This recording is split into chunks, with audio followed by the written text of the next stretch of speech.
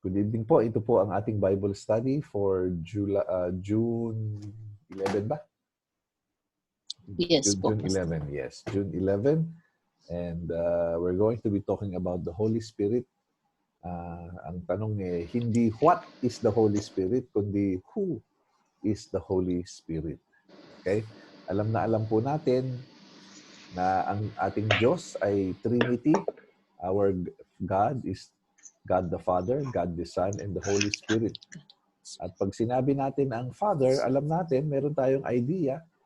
Pag sinabi natin ang Son, may idea tayo. Pero yung Holy Spirit, parang hindi natin masyadong, di ba? Parang wala tayong konsepto, wala tayong picture na maipapasok sa ating kaisipan. Ang lahat po sa ating mga kapatid ay, panalangin po muna tayo. Hallelujah. Father, Lord, we ask for your guidance. We ask, Lord, for your direction. We ask for your Holy Spirit, Lord, to just lead us. And Father, we pray that we will continue to understand you. We will continue to know you. And we will continue to know how to live in you, Lord God.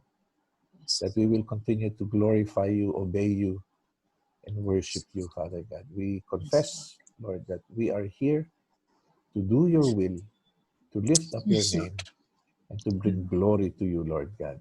Thank you, Lord. Lord, we lift up to you, Wally, ang kapatid namin sa Wally, Pastor Boning, Panginoon. Yes, O God. Galing mo po sila, Panginoon. Dalangin namin, Yes, O Lord Panginoon, na Jesus. hindi magiging worsen yung kanilang sakit, Panginoon. But in Yes, the O Lord next Jesus. few days, Lord, they are going to test negative, Lord God. Thank you, Father Yes, God. O God. All glory and honor Jesus, is Lord yours, Lord. Jesus. Amen. Jesus. So, Lord Jesus. Mga kapatid, this is the Bible study, and if you have any questions, please interrupt me. Okay po? Kung may tanong kayo, sabihin mo lang, Pastor, may tanong ako. Okay? So, pag-uusapan po natin. Hindi ko kayo makita masyado, konti lang ang nakikita ko sa inyo, but just say, so, Pastor, I have a question, and I will stop and we will talk about your question, and then we will continue again. Okay. So, all of us, we are all working. Yung iba, medyo hindi muna nagtatrabaho, pero lahat tayo pumunta sa Bahrain upang maghanap buhay. At pagka tayo napunta sa isang hanap buhay, sa isang trabaho, napakahirap magtrabaho kung hindi mo alam kung ano ang gagawin mo. Di po ba? Ang unang sasabihin sa iyo sa trabaho, yung job description mo, sasabihin sa iyo ang mga responsibilidad mo, sasabihin sa iyo ang kailangan mong gawin at hindi mo kailangan gawin. At mas maganda kung ipapaunawa sa iyo ng company mo kung ano ang gagawin, kung ano yung malaking proseso ng company at kung paano ka mag-fit doon sa proseso, yung kapagkahalatang process in the overall system of the company. If you can only see yourself in how you can contribute to that complete system, you will be able to do your job better. You will be a more effective worker. Di po ba? At ganoon din po yung gusto po nating makita ngayong gabi sa pag-aaral natin sa Holy Spirit. Hindi lang natin siya makikilala ng mas malalim pa kaysa sa dati, kundi makita din natin kung paano po tayo makibagay sa kung paano gumalaw ang Lord. Pagka sinabi po natin ang Father, sa Trinity, magkakapareho po ang Father, Son, and the Holy Spirit. They are all equal, they are all God, and they are one. Okay? But they have different personalities, they have different roles. Doon po sila nagkaiba, doon sa personality nila at saka sa kanilang role. They are equal, but they have different roles. What is the role of the Father? The role of the Father is to conceptualize, is to think and to plan, okay? Or to will, okay? Yan po ang trabaho ng Father. Ano naman ang trabaho ng Son? Siya yung gagawa ng paraan para mangyari yung maging possible yung gusto ng Ama.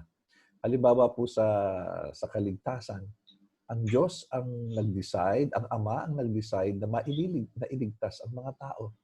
Kaya lang, hindi pwedeng maligtas ang mga tao kasi dahil sa ating mga kasalanan. So the problem of sin has to be taken care of before the Father can love the people, can take care of the people. Man is separated from God, so man has to be brought to God. And what is the solution to that?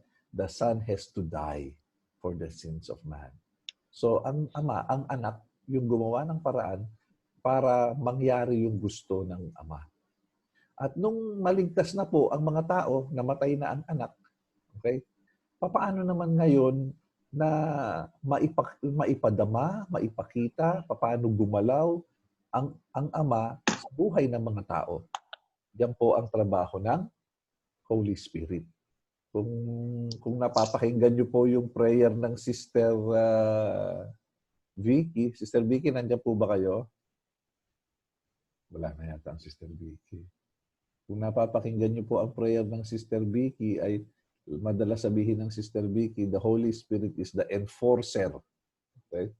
And this is true. The Holy Spirit is the enforcer. The Holy Spirit is the implementor. Okay?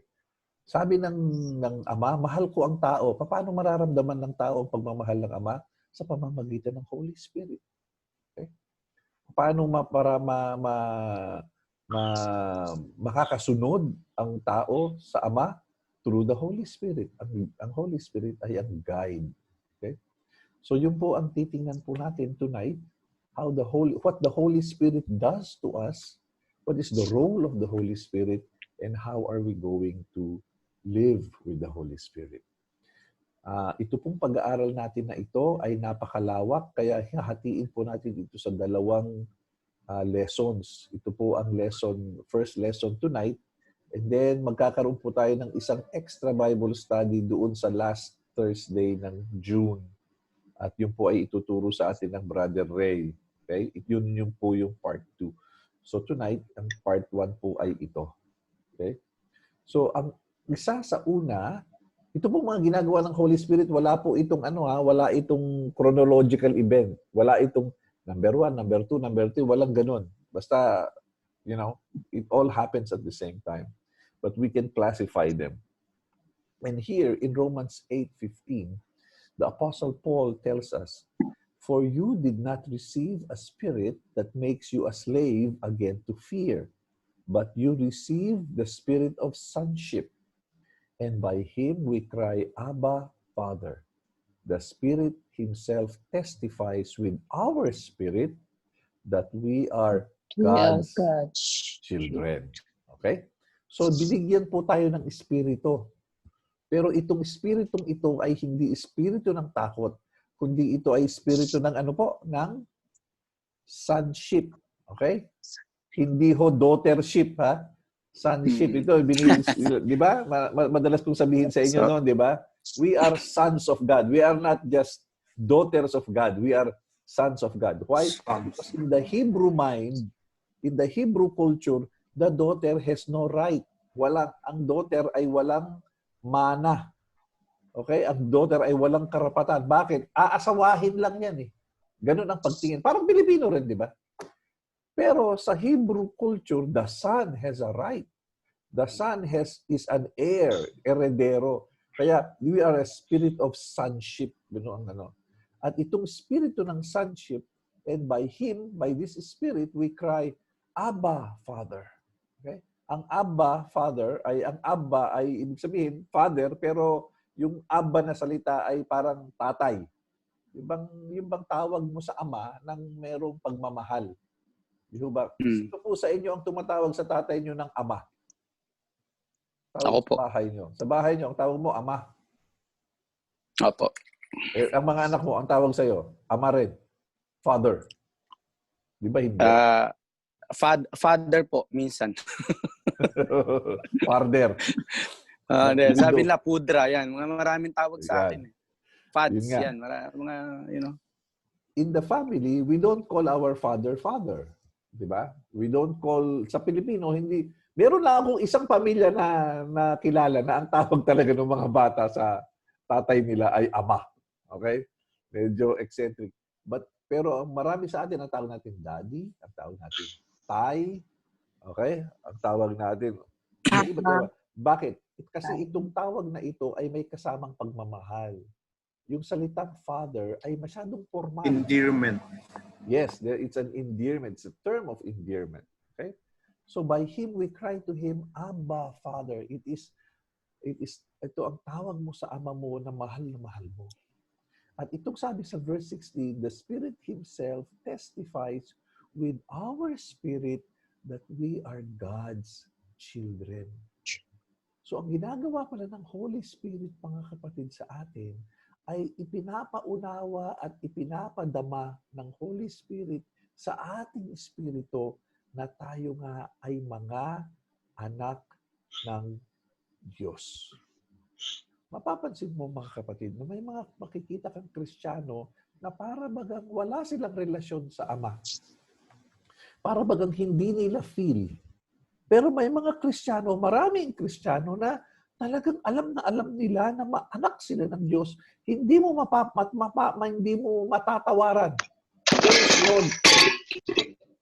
There is no doubt in their minds that they are children of God. Why do they have that? Is it because they read something? That's one possibility, because they read it. But the bigger reason is that they can feel it. They are sure. Where does this assurance come from? It comes from the Spirit of God. Amen po ba? Nagkakaungan po ba tayo? Amen. Ito ang ginagawa ng Holy Spirit sa atin. Amen. Pinaalam niya sa atin sa kapuso-pusuan natin. Okay? Kaya hindi mawala yun sa iyo eh. Feel na feel mo, talagang alam mo. Hindi mo lang nabasa pero alam mo. Kaya pag nagwo-worship ka, pambira, talagang mangiyak-iyak ka.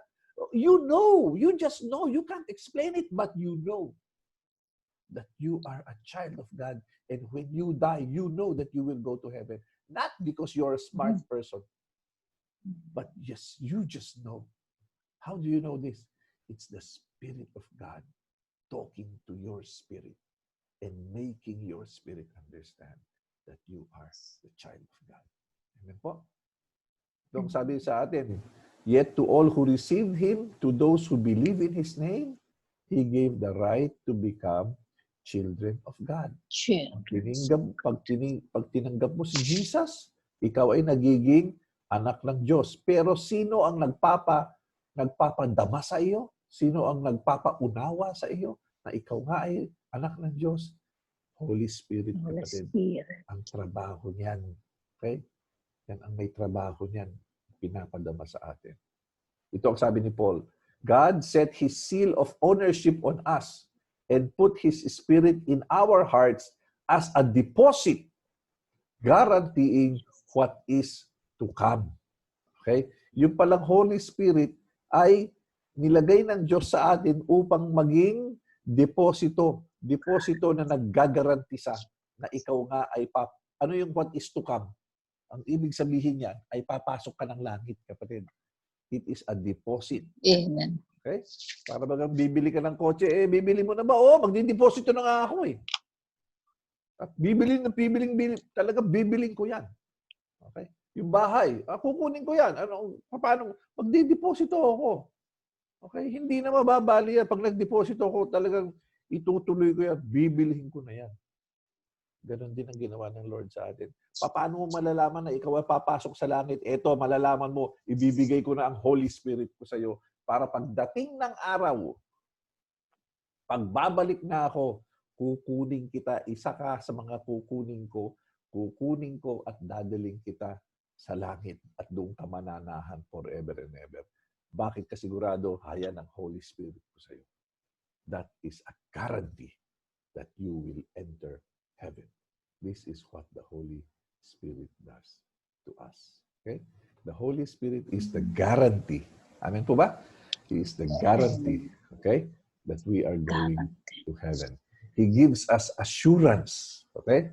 The Holy Spirit gives assurance of our salvation. Ayan. Application. Kapatid, niligtas ka ng Diyos, you keep the faith. Keep your faith in Jesus Christ. Okay? Huwag kang bibitaw, huwag kang manlalamig, huwag kang tatamarin. Okay? You keep the faith. Huwag kang Amen. tatamarin. Pambira, oh. Online na nga lang, sa bahay na nga lang eh. Oh, tatamarin pa. Hindi ka na maliligo, hindi ka na magbibihis, hindi ka na magtututbrush. Kahit hindi ka na magsuklay. Ano lang ang kailangan mo? Ihanda mo lang ang puso mo, ihanda mo lang ang isip mo. Okay? Pastor, wala akong load. Konti lang yan, Brad. Konti lang yan, kaibigan. Huwag kang tatamarin. Keep the faith. You are already a child of God. Okay? The biggest thing that you can earn, and the biggest thing that you can have, you already have it. What is that? You have heaven. Mamatay ka man ng COVID ngayon, kapatid. Papasok ka ng langit because you have the Holy Spirit of God. Don't neglect your faith. Keep the faith. Do what God expects you to do. Maalala niyo po ba yung huling BS natin? The 4 practical lifestyle. 4 practical practices. 4 basic practices. Ano nga po yun? At walang nakasagot. Number 1, ano po yun? Devotion. Prayer and Bible reading. That's number 1. This is basic. This is not complicated. This is basic. This is not something that you do at home and you don't need to spend for this. You don't need to do anything for this to be able to do this. You only need time and you only need your heart. Number 1, devotion. Ano po number 2? Prayer. Yung number 1, prayer and Bible reading eh. Yung devotion. Ano yung number Worship 2? service. Worship. Okay? Worship. We worship God. We go to church. Okay, yan ang basic. O ano, hindi na church. Online. Hayan na. 1 o'clock tomorrow. Okay? 1 o'clock. Maghanda ka. Prepare yourself to worship. Pag yung parang nagigisa ka pa,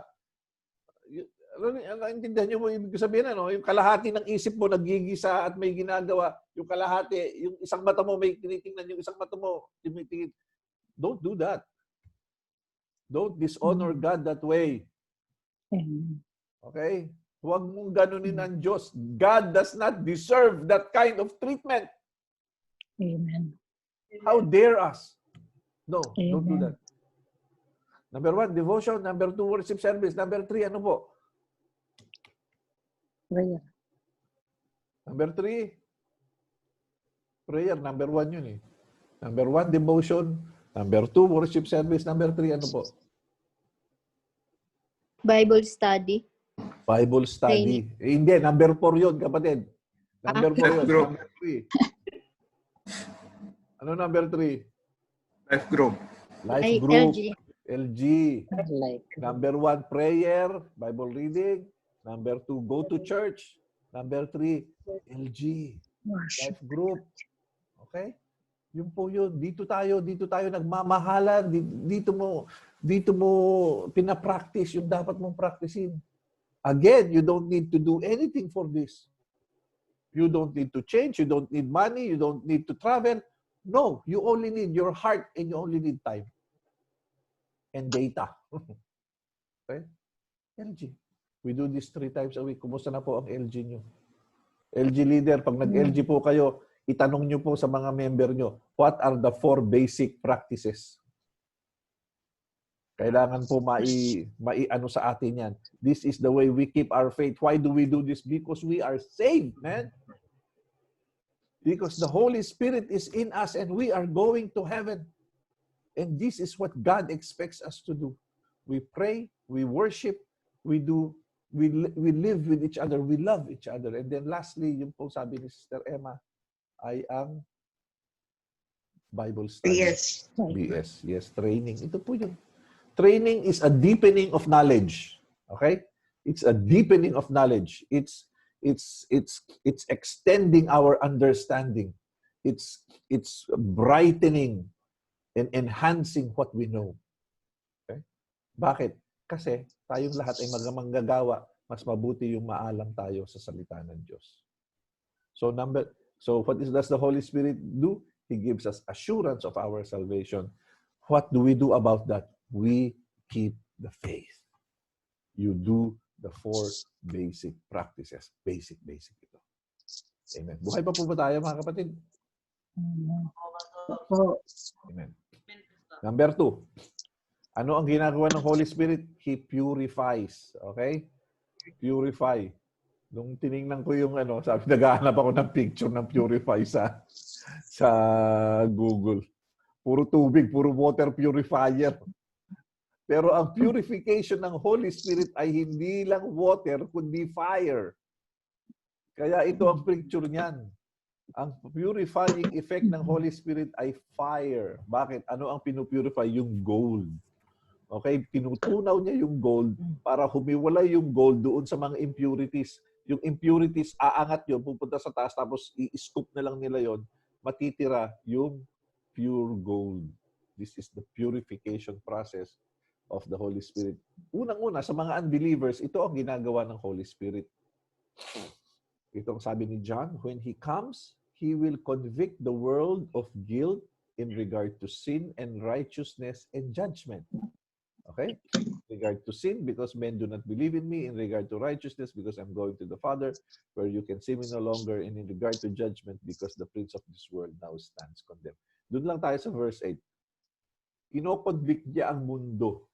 Ano yung convict? Ito yung pakiramdam mo, kaunawaan mo na ikaw ay mali. Okay? Yun po ang ibig sabihin ng convict. Ipinamuka sa'yo na ikaw ay mali sa 3 bagay. Unang-una, sin. Pinapaunawa ng Holy Spirit sa mga hindi mananampalataya na sila ay mayroong kasalanan. At naramdaman natin lahat yan. Lahat ng tao alam niya na mayroon siyang kasalanan. Ano pa? Righteousness. Alam niyang hindi siya maayos sa harap ng Diyos. Alam niyang may kasalanan siya at alam niyang taliwas ang buhay niya sa harap ng Diyos. Ano pa? Judgment. Alam niya may kasalanan siya, alam niyang taliwas, at alam niyang sa judgment siya ay patay. Sa judgment, hindi siya papasa. Pagka tinimbang ka, ano yung pelikula? Ano yata yun? Tinimbang ka. Yun. Si Christopher De Leon. Tinimbang ka. Ngunit kulang. Yun. Kulang. Pagharap mo, tama yun. Pagharap mo sa husgado, alam mong yari ka doon. Alam mong sesentensyahan ka doon. Hindi ka maaakwit. This is what the Holy Spirit does to us. Kaya ang tao, anong hinahanap niyan? Party, inuman, droga, kwentuhan, tawanan, outing, lahat. Bakit? These things make us forget that we are sinful, that we are not righteous, and that we are going to hell. We want to forget. We want to do all of these things to distract us. Because when the Holy Spirit speaks to you, if you don't have Jesus Christ and the Holy Spirit speaks to you, He will make you understand that you have sinned, you are not righteous, and you will be judged by the Father. Kaya ito po ang sabi ni Stephen, nung siya po ay papatayin na.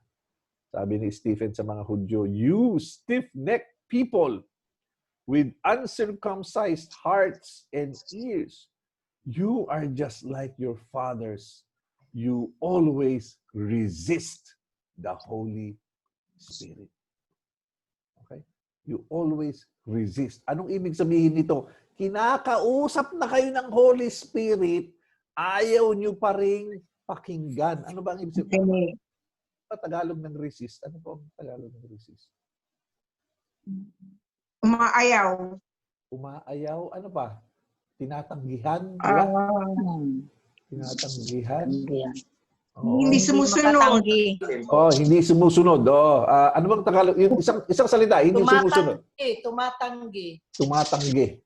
Meron pang isa yung hindi sumusunod. Binabaliwala. Okay. Tama. May isa pa yung Pasaway. ano po? Pasaway. Pasaway. Yes. Okay. Resist. Resist. Wala. Meron pang isa, hindi ko Hindi. maalala eh. Yung parang, kumukontra. Kumukontra. Okay, kumukontra. Parang mas maganda yun. Parang mas malapit yan, ano? Kumukontra. Laban. Lumalaban. Ayaw sumunod. Ayaw sumunod. Ayaw. Resist. Yes, ayaw tumalima. Matigas ang ulo. Ay, Suwail. Suwail. Ayan, yan. Ano po yun? Ano po yun? Ang mga suwail. Yan. Yan. Mga Yan ang sabi ni Stephen nung siya ibabatuhin na para mamatay. Ito ang sabi niya.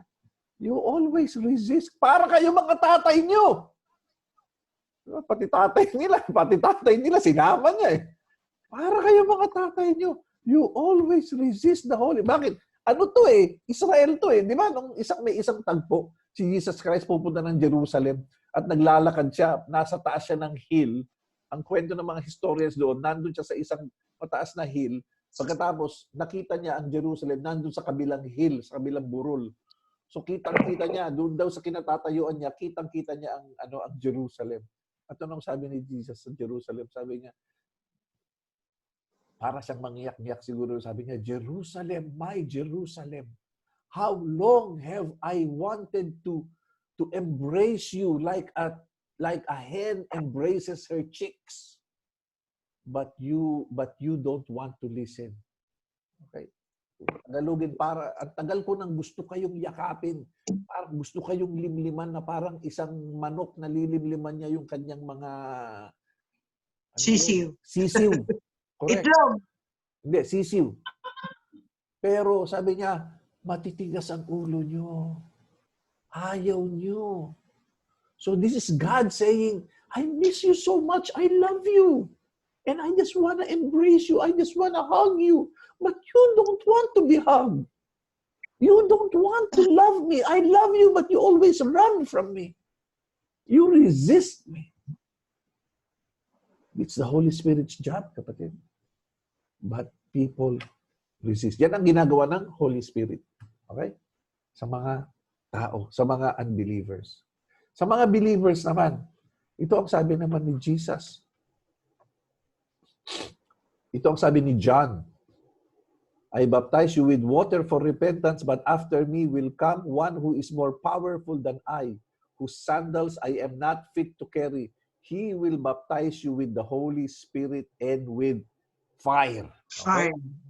Ang pagbabautismo ng Holy Spirit ay hindi tubig, kundi sa pamamagitan ng apoy. Ano ito, mga kapatid?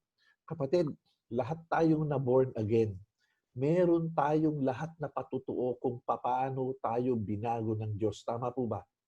Hindi man Yes. Amen. Amen, di ba? Merong ginawa ang Diyos sa iyo. Hindi man complete, pero may ginawa siya.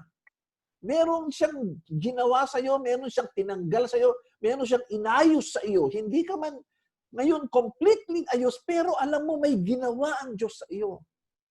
Ako, nawala ka agad ang pagmumura ko, nawala ka agad ang pag-iinom ko, nawala ang pambababae ko. Hindi ako perpekto. Hindi ako perpekto, pero nawala yung mga yun. Sandali lang yun. Siguro in a matter of months lang yun. Amen. Amen. Parehas po pala tayo, Pastor. Months lang din. Oo. Mga poging Ilan bagsik sa'yo, kasi. bro? Mga 200 months. Hindi, biro lang. Sino pa ba yun? Mga poging bagsik.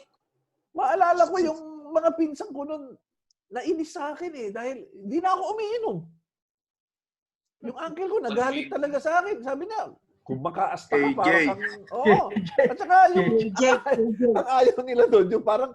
Sabi niya, kung makaasta ka, para kang hindi umiinom noon. Anal. Pero hindi na eh. I'm not perfect, but God did something to me. That was the fire of the Holy Spirit. Amen. Lahat tayo may ganun, kapatid. Amen, amen. Hindi tayo perfect, pero may ginawa ang Holy Spirit. Initially, may ginawa siya. Okay? That was the Holy Spirit. Ngayon, yun yung initial, yun yung una. Ano naman yung buo? Ito ang gustong gawin. Alam na natin to. Isang araw, pag-aaralan natin to, isahin natin to one day. This is the fruit of the Holy Spirit. But the fruit of the Spirit is love, joy, peace, patience, kindness, goodness, faithfulness, gentleness, and self-control. Ito yung fruit of the Spirit. Ano ibig sabihin nito, kapatid? Habang nagpapatuloy tayong nabubuhay sa pananampalataya sa Panginoong Jesus, ito ang ginagawa ng banal na Espiritu sa atin. Binabago niya tayo, binibigyan niya tayo ng kakayanan na magmahal, maging maligaya, may peace, kapayapaan, may pasensya, may kabutihan, okay, may good faith, and all of these things, gentleness, self-control. Ito yung ginagawa ng Diyos sa atin. Unti-unti, small by small, little by little. Okay? At kung igagraph mo yan, siyam na yan, siguro merong mataas ka siguro sa joy, siguro meron iba, mababa ako sa peace, yung iba, mabataas ang patience, yung iba, parang okay-okay lang yung kindness. Hindi magkakapantay. Pero lahat yan, kapatid, tumataas, unti-unti, tumataas. Hindi man siya tumataas ng ganong kabilis ng gusto mo, pero tinataasan ng Lord yan. Unti. Okay? Joy. Ano yan? Ano yan, Pastor? Nakatawa ka lagi? Hindi, kapatid. Sa tingin ko, kaya nawala yung, ako, personal na patutuo ko. Ang hanap ko sa pag-inom, hindi lang yung malasing ka, kundi yung kasiyahan. Yun yung sa akin, gustong-gusto ko dun sa inuman ng maraming tao. Yung masaya yun eh. Masaya, kwentuhan. Pagkatapos, habang umiinom ka, lalo kang sumasaya, I was looking for joy. But when I had joy from the Holy Spirit, when I had joy from God, my Father, I didn't need alcohol anymore. I didn't need all of these things anymore. Why? Pabira, nakaupo lang ako sa sulong. Masaya na ako eh. Tutitingin lang ako sa langit nun. Masaya na ako. Naiiyak na ako. Sa galak. Bakit? May ginawa ang Holy Spirit, kapatid. And this is what the Holy Spirit is doing to us for the rest of our lives. Okay, love, patience, okay? Mira, bakit ganyan? Awayin mo! Hindi, may patience na ako ngayon eh. Oh, ganyan ka. Gantihan mo! Hindi, my brother, may kindness na ako ngayon eh. O, hindi completely, pero gentleness. O, may gentleness dati. Napapamura ka lagi. Eh ngayon, hindi na. Gentleness na. Okay? Mabagal ka na magmura. Hindi, biro lang. Okay? May self-control. This is what the Holy Spirit does to us. Mga kapatid, kung nagtataka ka, kung gusto mong malaman kung ano ang ginagawa ng Diyos sa iyo, ito ang ginagawa ng Diyos sa iyo. Kung tinatanong mo, ano kaya ang ginagawa ng Diyos sa buhay ko? Ano kaya ang gustong gawin ni Lord sa buhay ko? Ito, verse 22. Yan ang gusto niyang gawin. Gusto niya magkaroon ka ng love, joy, peace, patience, kindness, those 9 things. Nagkakaunawaan po ba tayo? Minsan, kapatid, we are so interested in our destiny. We are so interested in achievement. We are so interested in success. But I tell you, brothers and sisters, there's a different kind of success. This is the different kind of success. It's not having, it's not acquiring, it's not achieving, but becoming. It's also becoming. Hindi yung marami ka lang pera, kundi meron kang fruit of the Holy Spirit. Okay? So, what do we do now? The Holy Spirit purifies. So, what do? We surrender. We surrender to the Holy Spirit. Nangungusap ang Holy Spirit sa iyo. Binibigyan ka ng wisdom, binibigyan ka ng feeling, binibigyan ka ng hint kung ano ang dapat mong gawin. Nasa sitwasyon ka, kapatid, alam mo ang dapat mong gawin. Pinaalala ng Holy Spirit sa iyo, huwag kang gaganti. Huwag kang gaganti. Tumahimik ka lang. Kaya lang minsan ayaw mong sumurrender sa Holy Spirit eh. Sumusurrender ka sa galit mo. Huwag mong gagawin yan. Alam mong mali yan. The Holy Spirit speaks to you. But you don't want to surrender. We don't want to surrender. Sometimes we are too concerned with what people say. We are too concerned of our reputation. We are concerned of our pride and all of these things. No, kapatid. Surrender. Surrender to the Holy Spirit. Amen po ba? Amen. Parang ayaw sumurrender. Amen. Surrender. Amen. Surrender to the Holy Spirit. Mahirap talaga. Amen. Mahirap. Ano po? Ano po? Mahirap talaga sumurrender. Totoo. Ano yung ano? Never surrender. Ano? Never die. Ano? Do not die. Do not surrender. That's true. But this is something we have. No retreat. No Ay, retreat, no surrender. No retreat, no surrender. Yun. Pelikula rin yun, Sister Sanji, no? No retreat, no surrender. Yeah. This is one thing we have to learn as Christians. To surrender. To swallow your pride. To humble yourself. Ito yan, kapatid. Ano yung preaching ni Pastor Romy nung nakaraan? Pag sinampal ka sa kaliwa, bigay mo yung kanan. Okay? Pagka, ano pa yung isa? Pagka kinuha mo yung balabal mo, Love your enemies. ano ba? Love your enemies. Yun nga. Oo nga eh. Okay? They ask you to walk 1 mile, walk 2 miles. Okay?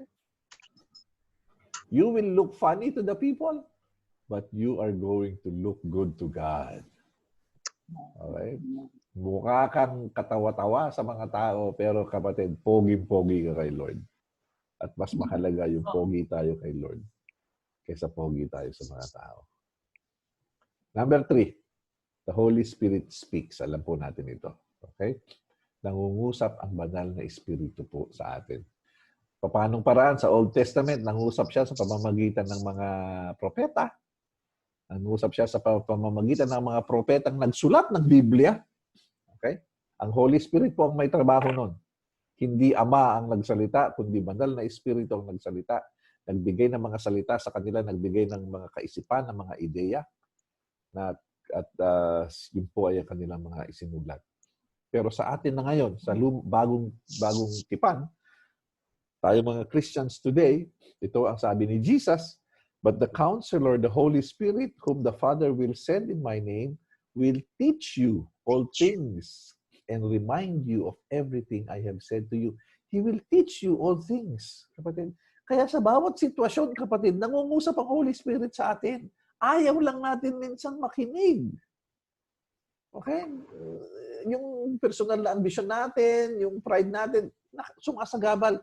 But if you just listen, I believe the Holy Spirit speaks to us every time. He will teach you. Mga kapatid, all. Okay? Yun ang tingnan niyo yung salitang all. He will teach you all things. Okay? And remind you, ipapaalala niya sa iyo, ito pala yung ano, ito yung preaching noon, ito yung BS namin noon, ito yung nabasa ko noon, ito yung sabi sa akin nung LG leader ko. Ito yung narinig ko noon. He will remind you. He will remind you everything I have said to you. Yung sabi ni Jesus, yung mga sinabi ko sa inyo, ipapaalala ng Holy Spirit yan. Kahit anong sitwasyon, ipapaalala niya yan. Yan ang trabaho ng Holy Spirit. Ito pa ang sabi ni Jesus, but when He, the Spirit of truth comes, He will guide you in all truth. Sa pagbabasa natin ng Biblia, He will guide us in truth. He will not speak on His own. He will speak only what He hears, and He will tell you what is yet to come. Okay? Yung maaring mangyayari sa susunod, hindi ho manghuhula, okay? Huwag mong gawin manghuhula. Ako, pwede akong kumita, manghuhula ako. Hindi, kapatid. God is going to give us wisdom. The Holy Spirit will give us wisdom.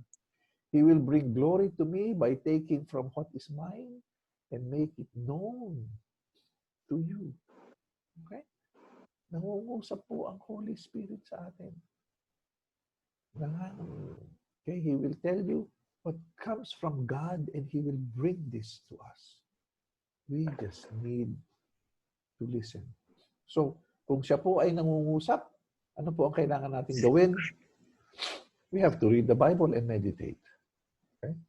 Read the Bible and meditate. Pastor, lagi na lang yun ang sinasabi mo kasi yun talaga ang dapat nating gawin. Pastor, yun na lang ba lagi? Read the Bible and meditate? Yes, kapatid. You know how often we need to do this? Ano ang sabi ni Joshua, sabi ni Lord kay Joshua? Meditate. Meditate day and night. Do not depart. Yan. Meditate when? And Day Day and night. and night. Day and night. 2 times a day, kapatid. Man, we just do it once a day. Well, ano pa eh? Malaking blessing na pagka nagawang everyday eh. Pero yun pala ang sabi, meditate day and night. Hindi sinabing day or night. Pwedeng day or night. O, kung nagawa mo sa day, hindi okay lang hindi gawin sa night. Kung nagawin mo sa night, okay lang hindi mo na. Pero end. Meditate day and night. Hallelujah. Ito ang dapat na pinakamalaking bagay na nagagawa natin dito sa COVID na to. Yung mapuno tayo ng salita ng Diyos. Nangungusap ang Diyos sa atin, nangungusap sa pamamagitan ng Biblia, at ipinapaalala niya ang dapat natin.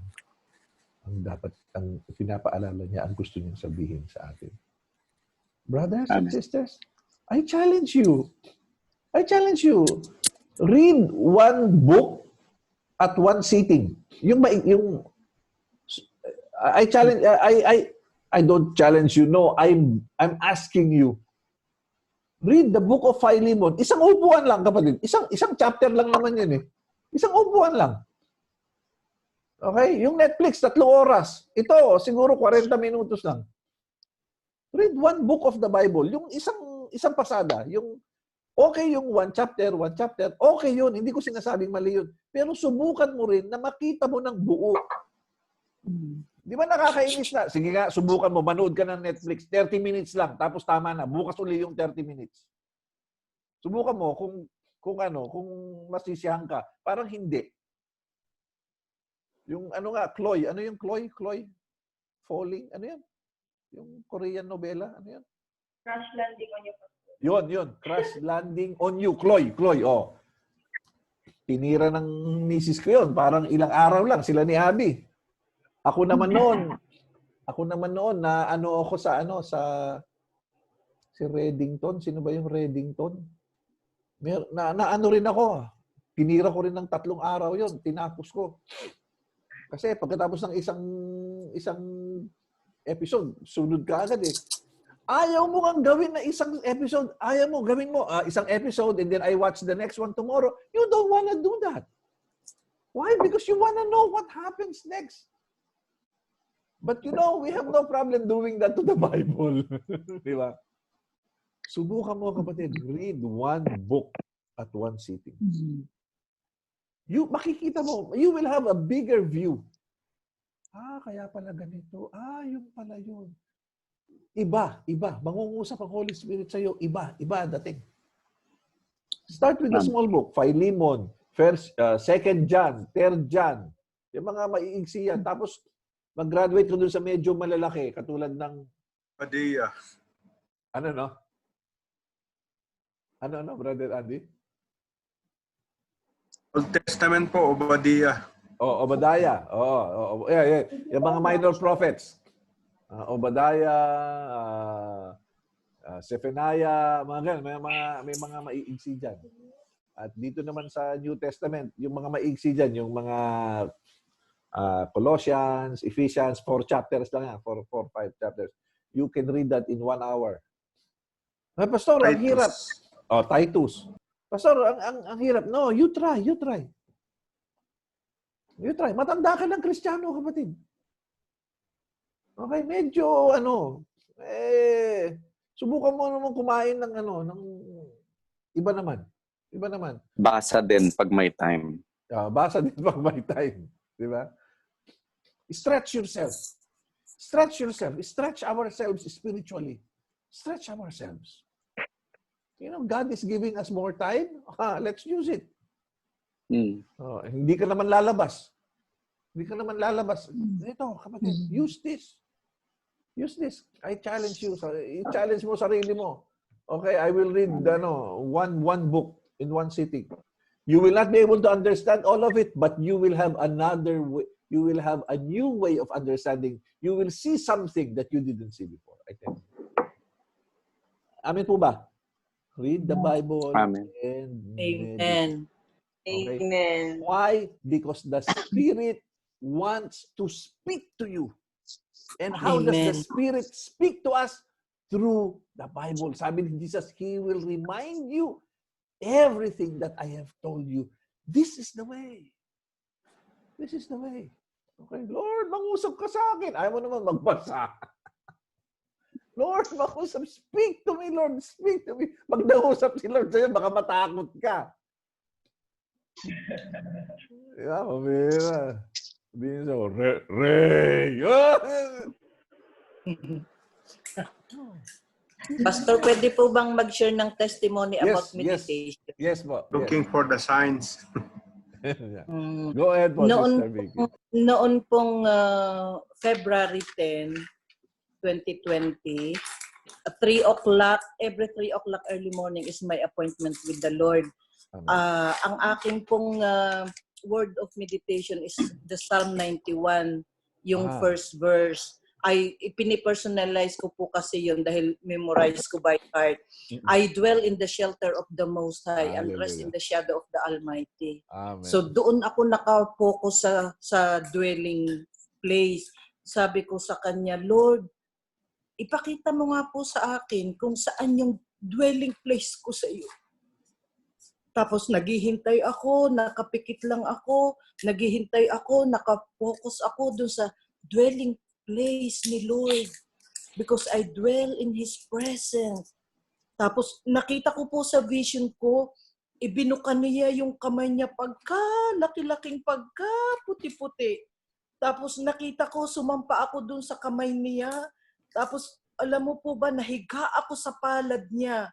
Nakabaluktot ako doon na parang bata na ulila, na inabandon, na hindi ko deserve yun. I really don't deserve that because I am a sinner.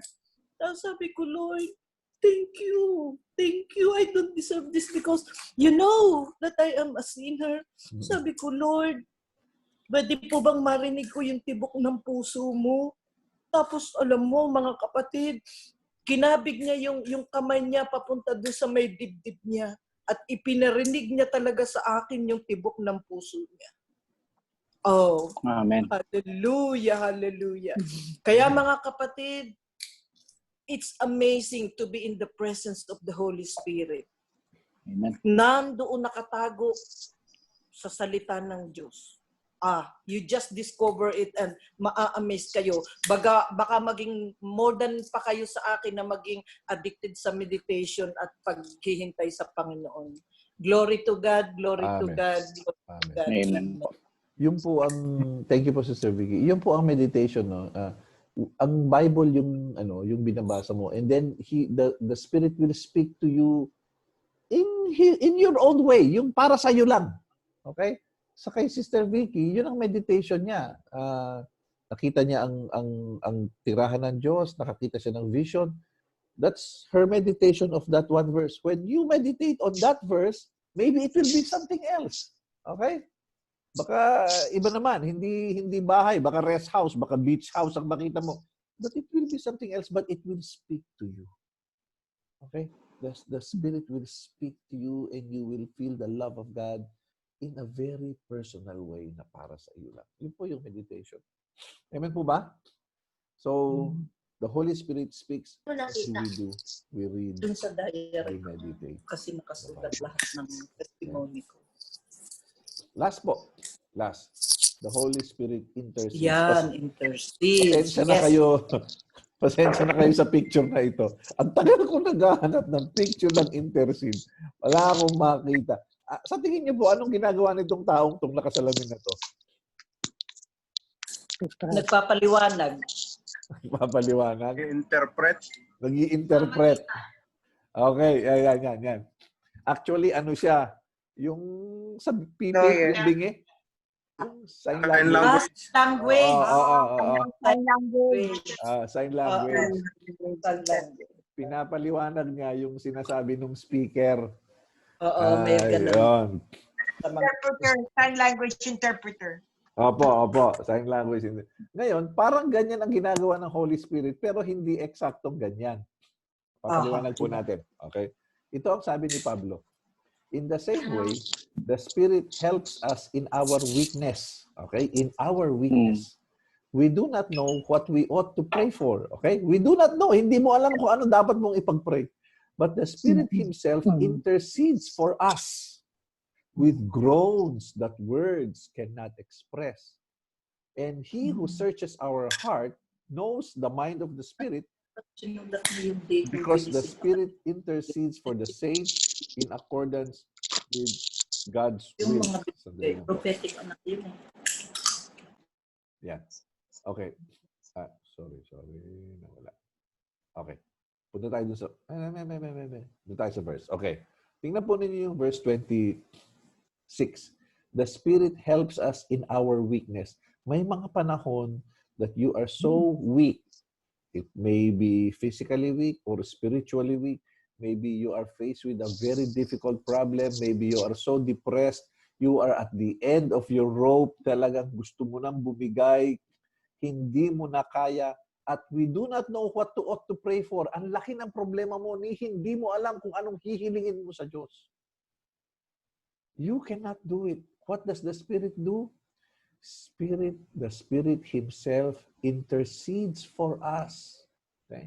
This is the time in our weakness, the Holy Spirit goes to the Father and He prays our prayer for us.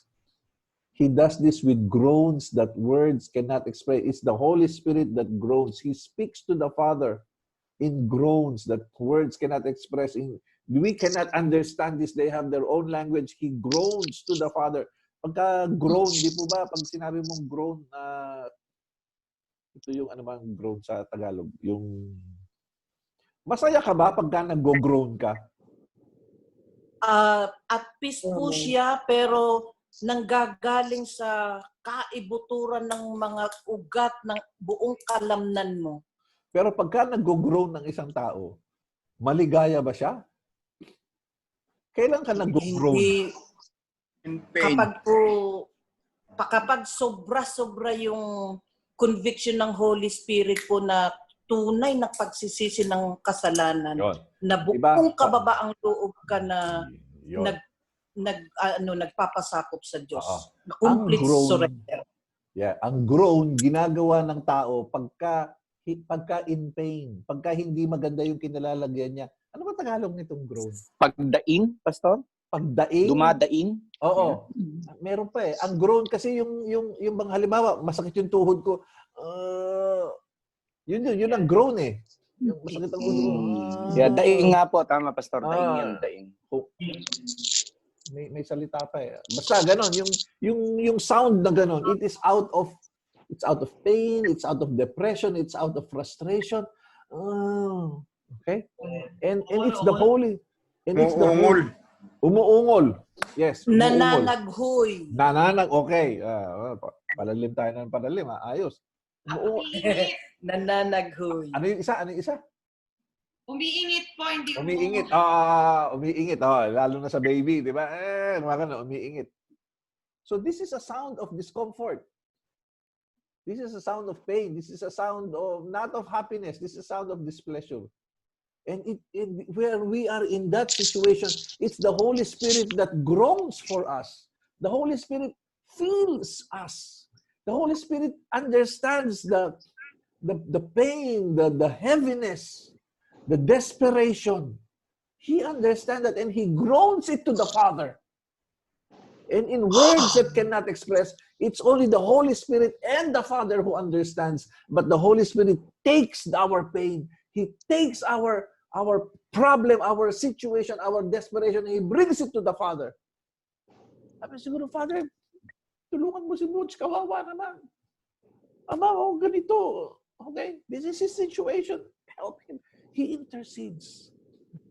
This is what the Holy Spirit does for us. He intercedes for us, for the saints, in accordance with God's will. Kung ano ba ang gusto ng Diyos para sa atin, hindi na yung parang gusto mo, kung ano yung gusto mo, kung ano yung gusto ng Diyos. He intercedes for us. Kapatid, there are times that you just cannot even pray. You're so overwhelmed, you cannot pray. Ask the Holy Spirit. Sabihin mo, Holy Spirit, help me. Pray for me. You can actually do that. Help me, Lord. Help me pray to the Father. And you just sit there. And you just be aware that the Holy Spirit is there and He's talking to the Father in your behalf. And take consolation from that. Take strength from that. The Holy Spirit is right there, feeling you, understanding you. And He is bringing all of this to the Father. But you have to do this by faith. This does not automatically happen. You have to do this. You have to ask the Holy Spirit. Nagkakaunawan po ba tayo, mga kapatid? The Holy Spirit intercedes. Lahat tayo may pinagdadaanan. Hindi man COVID o ano, lahat tayo. Okay? Lahat tayo. And please understand that. Hindi ka nag-iisa, hindi ka desperate, hindi ka helpless. Oo, feeling mo helpless kasi yung gusto mong saklolo, hindi yun ang dumarating. Yung gusto mong tugon, hindi yun ang dumarating. Meron ka kasing gusto. At yun ang gusto mong makitang mangyari. Pero madalas, hindi yun ang kaparaanan ng Diyos. Kasi minsan sa sitwasyon natin, ang nakikita kasi natin, madalas, hindi lahat ng panahon, pero madalas, ang nakikita kasi natin sa sitwasyon, ang nakikita natin is masusolusyonan yung sitwasyon. Okay? Masolusyonan yung problema mo, masolusyonan yung kakulangan mo, masolusyonan yung hirap mo, masolusyonan yung kung anong problema mo. Pero madalas, hindi yun ang gusto ng Diyos. Minsan, ang gusto ng Diyos, yung fruit of the Holy Spirit. Amen. Ang tingin mo, it's a money problem. But maybe to God, it's not a money problem. Maybe it's a patience problem. Amen. Okay? Maybe you see it as you know, it's a business problem, but maybe to God it's not. Maybe it's a gentleness problem. Maybe it's a faith problem. Maybe it's a love problem. Maybe it's a joy problem. It's not always like that. So the Holy Spirit is right there, helping us, embracing us, and interceding to the Father for us. Amen? So, intercedes. He intercedes. So, what do? We ask God in prayer. He intercedes for us. So, you have to ask. Okay? Be prayerful. Keep praying. Keep praying. Keep praying. Keep praying. Alam niyo po, may nagtanong sa akin kahapon ka-text ko. Ay, ngayon pala, kanina umaga ka-text ko. Sabi niya, Pastor, ganito na lang ba buhay natin? Lagi na lang ba tayong nag-aaral at para tayong bata na hindi tayo natututo? Ang naisagot ko sa kanya ganito. Kasi Brad, mali yung natutunan natin sa buhay natin. Sa buhay kasi natin, natutunan natin na maging independent. Pero nung maging Kristiyano tayo, hindi yun ang hinahanap ng Diyos sa atin. Ang hinahanap ng Diyos sa atin, maging dependent. So kailangan natin ibahin yung natutunan natin na independent, na kaya ko sa sarili ko. Ako ang magbibigay solusyon sa mga problema ko. Kailangan natin ibahin yun. Kasi bilang Kristiyano, hindi tayo independent kundi tayo ay deep. Laging humihingi. Ngayon, minsan, masyado na tayong intellectual, sinasabi natin sa Diyos, hindi lang naman basta hingi ang gusto ko sa Diyos. Nagpapasalamat din ako. Hindi lang hingi. Oo, kapatid, hindi lang puro hingi, pero isipin mo, wag mo sanang isipin na mali ang humingi. Huwag mong isipin na mali ang humingi. Hindi. Gusto ng Diyos na tayo ay ano pong sabi niya? Seek and you shall find, knock and it shall be opened, and ask and it shall be given. Anong sabi ni James? You do not have because you do not have because you do not ask. You do not have because you do not ask. At tapos ang kabit pa ni James, and when you ask with the wrong motive. You ask so that you can spend it on your pleasure. Ano sabi ni James? So unang-una pala, kailangan mong humingi at humingi ka with the right motive. Motive is so important. It has to be a godly motive. Okay? Huwag Huwag kang humingi para meron kang ipamporma. Lord, bigyan mo ako ng kotse na yan. Hindi. Lord, bigyan mo ako ng pera para ganito, mabili ko yung ganun. Siyempre, hindi mo sinasabi sa Lord yun eh. Hindi natin sinasabi sa Lord yun eh. Lord, bigyan mo, bless me, Lord, bless me so that I can buy, a beautiful whatever. Okay? So I can buy a new pair of glasses, so I can buy a new iPhone 11. Hindi natin sinasabi sa Diyos yun. Ang sinasabi lang natin, bless me, Lord. But really, if what is in your heart, yun ang gusto mo. Right motive. Right motive. Okay. Magkakaunang po ba tayo? So, Amen. Holy Spirit intercedes, so we have to keep asking. Ito po ang recap. The Holy Spirit gives us assurance of our salvation in Jesus. The Holy Spirit purifies us of sinful lifestyle. The Holy Spirit speaks to us, and the Holy Spirit intercedes for us Intercede for in us. times of Weaknesses. weaknesses. So, dyan po tayo nagtatapos, mga kapatid. Ito po ang Holy Spirit. Pag po tayo mag-atubili, He is with us. He is the enforcer. He is the implementer.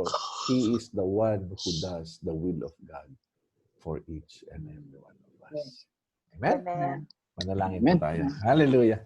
All glory and honor is yours, my Lord.